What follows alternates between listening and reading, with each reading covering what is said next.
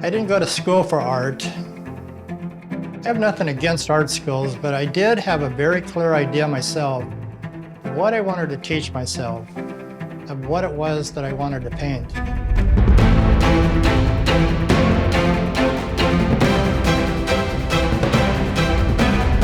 So I started painting when I was 5 years old. Nothing special, just like any child. But in high school, 17, 18, time for career choice, I decided, this is what I'm going to do. I'm going to be an artist. I flunked my high school art class, actually. I turned in my assignments and they weren't what she requested, but my math teacher really liked it. Said, you should be an artist, you're good.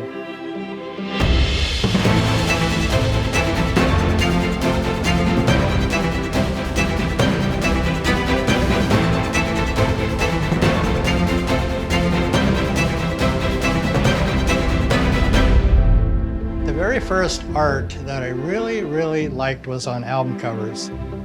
I admired the album cover art and I wanted to do that. And eventually I did. I got my very first album cover job doing Bob Seger, Against the Wind, and it was a very big album and a little overwhelming, but I pulled it off. Surprisingly, the album cover won a Grammy Award for Best Album Package. So after that, it led right into doing book covers and movie posters and more album covers. I worked for some other artists like Prince and Alice Cooper, a lot of artists that I admired, so I was happy to work for them. That kind of carried on through the whole 80s.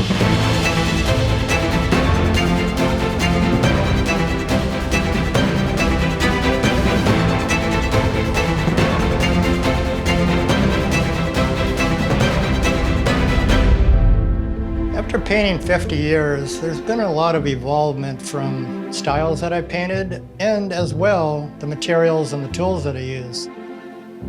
One of the more drastic changes in my art style came maybe 5, 6 years ago when my son Art, he said, leave that loose like that. And then he said, add this and throw some paint and and I was like, I don't do that. I'm tight. He goes, yeah, everybody knows you by that, now do it this way. Change it up a little bit.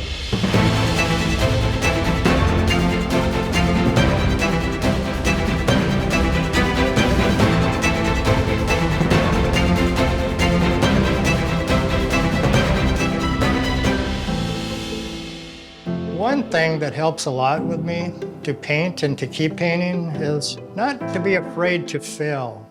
I learned pretty quickly that when I paint from the heart, paint what I feel, it sells.